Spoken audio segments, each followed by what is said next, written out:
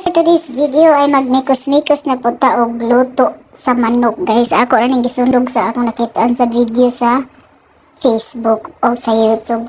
So ako ra siyang gibutangan og lemon guys, no, lemon juice niya. Ako ra na siyang gihimas-himas, gikumot-kumot, gikuramot. Ito guys niya, ato na siyang iset aside. Ari na sa tas atong another ingredients, ang asin, duha ka kutsarita og star anise ra ni siya guys. Ato na siyang dukon para murag mo powder ang atong star anise. Unya ato na dalay na isiyang isagol sa asin.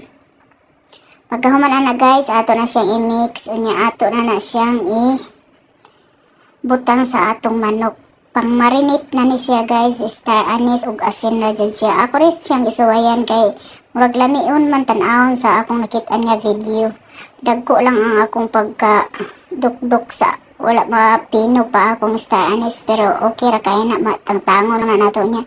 Niya na siyang isuod sa plastic guys. Ako na siyang gimarinate overnight. Pwede raman daw 3 to 4 hours, pero ako overnight na siya. So na siya guys, after overnight marinate, ako na siyang gitrapuhan og paper towel kaya akong gitangtang ang mga dagko nga kuan ba. Ni air fryer ra dayon na ko siya guys. Ato na siyang pakulbon diha nya ang tiil kinahanglan jud na atong iapil kay paborito kay na sa akong alaga. Kung wala akong alaga ako'y mukaon na. So ato na siyang stir fry. Ato na siyang air fry guys. Ako na siyang gibutang og 25 minutes sa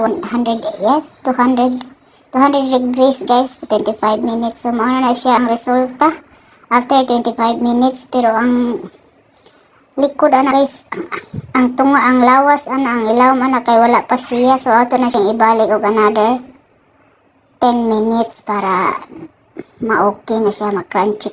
So mauna na siya ang resulta guys. Ato na siyang hiwaon og ready for serving na atong chicken after mahiwa. So lamian ba siya guys. Ang akong ibutangan og lemon kay paborito mo gid sa akong alaga ang lemon.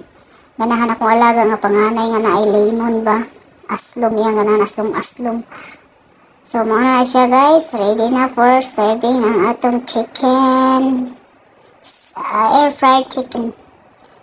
Pwede sa ni siya i-oven guys, pero di air fry lang nako kay medyo lamion man siya. So that's all for today's video guys, and please follow for more. So mga una ta guys, kay ready na ang atong chicken served with white rice ni siya guys.